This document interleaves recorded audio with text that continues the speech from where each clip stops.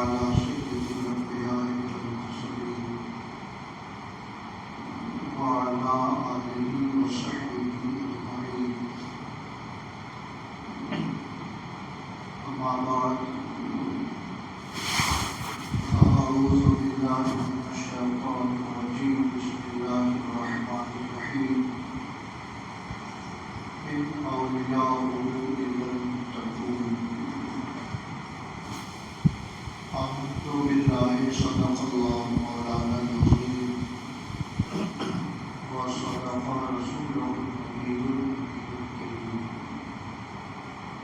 صلوا محمد کے ساتھ درود پاک پیش کیجیے اللهم صل على سيدنا ومولانا محمد وعلى الجود والكرم وعلى آله وصحبه وبارك وسلم صلاة وسلام عليك يا رسول الله.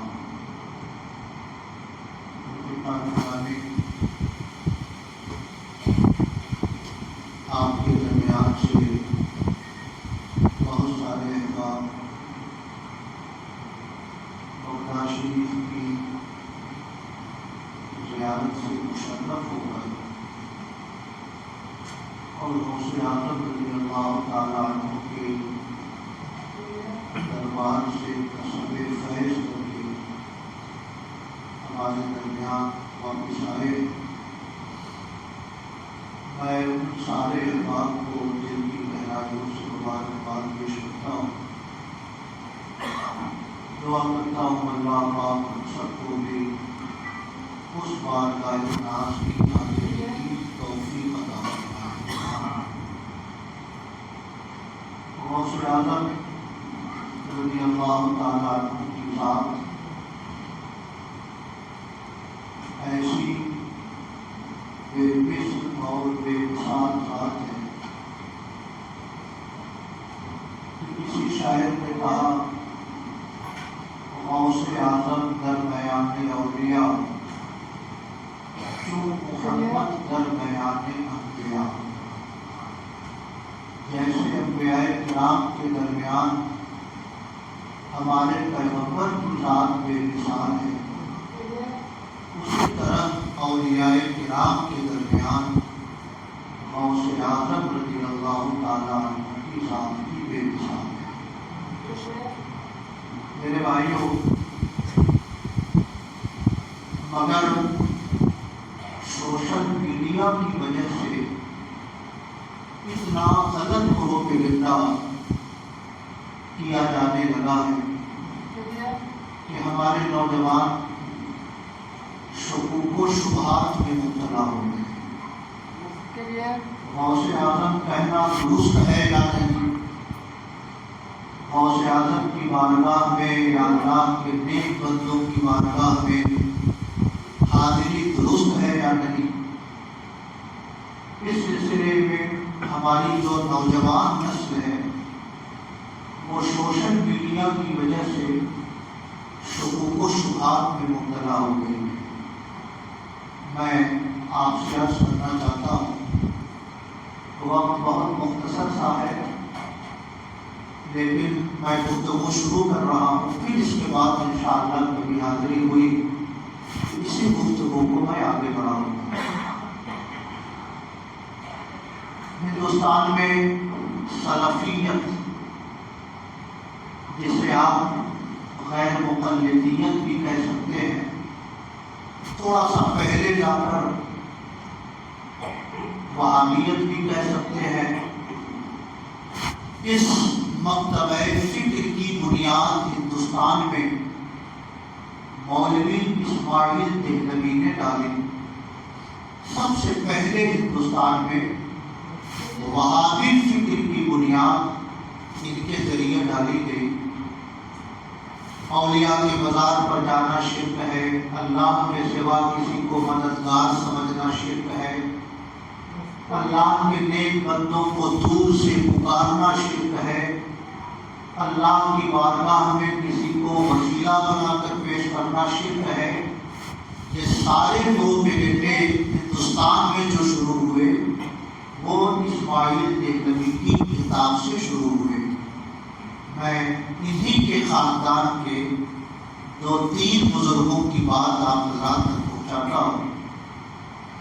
ان کے سگے چچا ہیں شاہ عبد العزیز محدث دہلوی رضی اللہ تعالیٰ عنہ، اعلیٰ حضرت امام احمد رضا کے یہ دادا استاد ہیں۔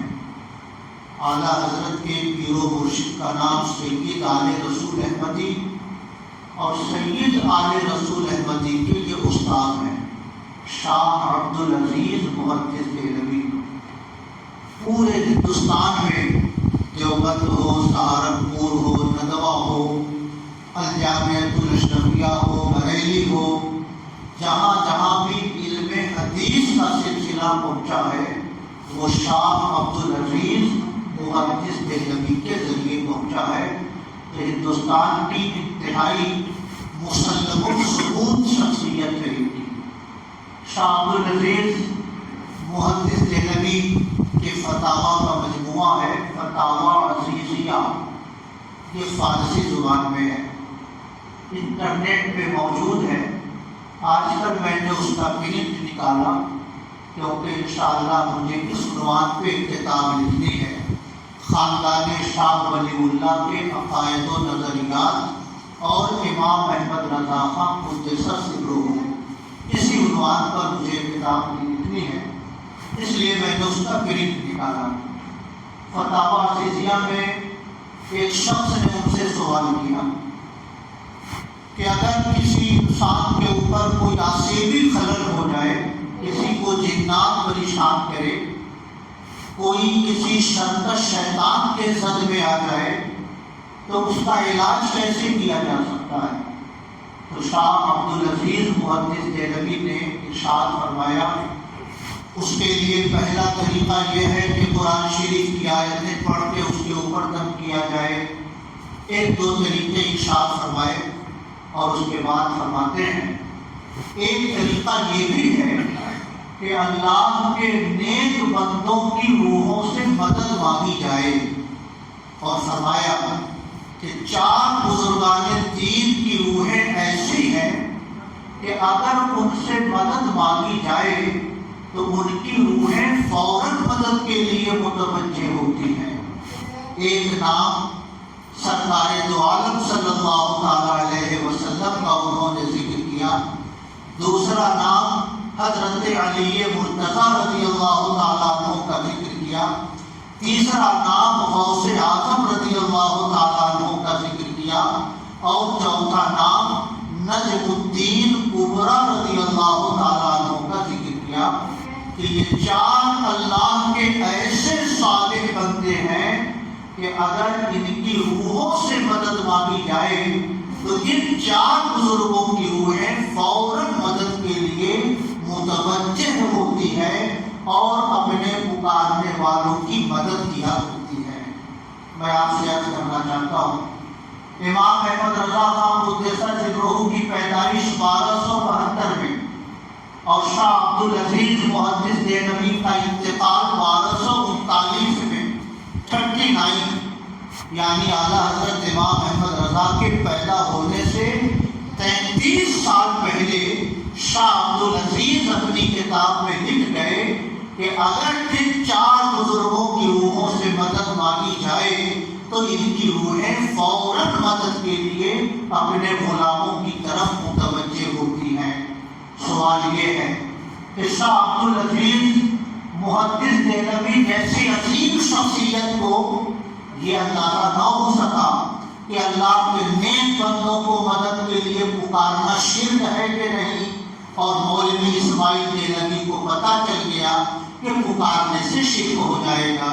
میں آپ سے عرض کرنا چاہتا ہوں شاہ عبد العزیز محدث دہلوی استاد ہیں، اسماعیل دہلوی کے استاد لکھتے ہیں کہ ان 4 بزرگوں کو پکارو تو ان کی روحیں فوراً مدد کے لیے اپنے غلاموں کی طرف متوجہ ہوتی ہیں۔ میں گفتگو کو مختصر کرتے ہوئے پھر ایک قدم اوپر چلتا ہوں۔ شاہ اسماعیل دہلوی جو ہندوستان میں وہابیت کے بانی ہیں، ان کے دادا محترم شاہ عبد العزیز کے والد اور مولوی اسماعیل دہلوی کے دادا شاہ ولی اللہ محدث دہلوی رضی اللہ تعالیٰ عنہ اعلیٰ حضرت 1272 میں پیدا ہوئے اور شاہ ولی اللہ محدث دہلوی کا انتقال 1176 ہجری میں ہوا. 1176 یعنی اعلیٰ حضرت مولانا احمد رضا کے پیدا ہونے سے 96 سال پہلے شاہ ولی اللہ جو شاہ اسماعیل دہلوی کے دادا ہیں، شاہ عبدالعزیز کے والد ہیں، ان کا انتقال ہوا. وہ اپنی کتاب انفاس العارفین میں، اپنی کتاب ہمعات میں ارشاد فرماتے ہیں کہ 4 بزرگان دین ایسے ہیں جو اپنی قبروں میں اسی طرح تصرف کرتے ہیں جیسے کہ زندہ لوگ تصرف کرتے ہیں. جیسے زندہ کسی کی مدد کر سکتا ہے، زندہ کسی کے دکھ سکھ میں شریک ہو سکتا ہے. 4 بزرگان دین ایسے ہیں جو اپنی قبروں میں اسی طرح تصرف کرتے ہیں جیسے کہ زندہ لوگ تصرف کرتے ہیں. وہ کون ہیں 4 لوگ؟ پہلا نام شیخ عبد القادر جیلانی کا انہوں نے ذکر کیا. کہیے سبحان اللہ. شیخ عبد القادر جیلانی کا نام انہوں نے ذکر کیا. شیخ احمد بجلی کا نام انہوں نے ذکر کیا. خواجہ معین الدین چشتی کا نام ذکر کیا. شیخ معروف کرخی کا نام ذکر کیا. کہ یہ 4 بزرگان دین ایسے ہیں کہ یتصرفون فی قبورہم کتصرف الاحیاء. جیسے زندہ لوگ تصرف کرتے ہیں ویسے ہی یہ 4 بزرگان دین اپنی قبروں میں بھی تصرف کیا کرتے ہیں. شکتی نگر کے مسلمانوں، میں آپ سے یہ عرض کرنا چاہتا ہوں، ہم نے اسکول میں تعلیم حاصل کی، اسکول میں ہماری زندگی کا بیشتر حصہ گزرا، کالج میں پڑھ لکھ کر ہم نے اپنی تعلیمی زندگی کو مکمل کیا. اس لیے سوشل میڈیا کا پروپیگنڈا ہمیں شک و شبہ میں ڈالتا ہے. حق کیا ہے، سچائی کیا ہے.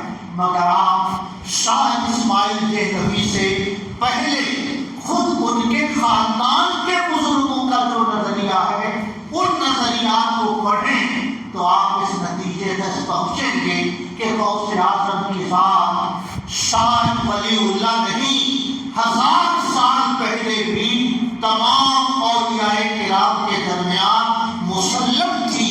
تمام بزرگوں نے غوث اعظم کو اپنا امام و مقتدی تسلیم کیا ہے. اس لیے اللہ تعالیٰ اگر توفیق دے تو کبھی نہ کبھی بغداد شریف ضرور جائیے. غوث اعظم رضی اللہ تعالیٰ عنہ کی بارگاہ میں حاضر ہو کر اپنی عقیدتوں کا خراج پیش کیجیے. امام شافعی رحمۃ اللہ علیہ فرماتے تھے کہ جس نے بغداد نہیں دیکھا اس نے گویا دنیا ہی نہیں دیکھی ہے. سبحان اللہ. اللہ پاک ہم سب کو غوث اعظم کے غلاموں میں شامل فرمائے اور ہم سب کا حشر قیامت کے دن انہی کے پرچم کے تلے فرمائے. واہ کیا مرتبہ اے غوث ہے بالا تیرا، اونچے اونچوں کے سروں سے قدم آلا تیرا. سر اللہ کیا کوئی جانے کہ ہے کیسا تیرا، اولیاء ملتے ہیں آنکھیں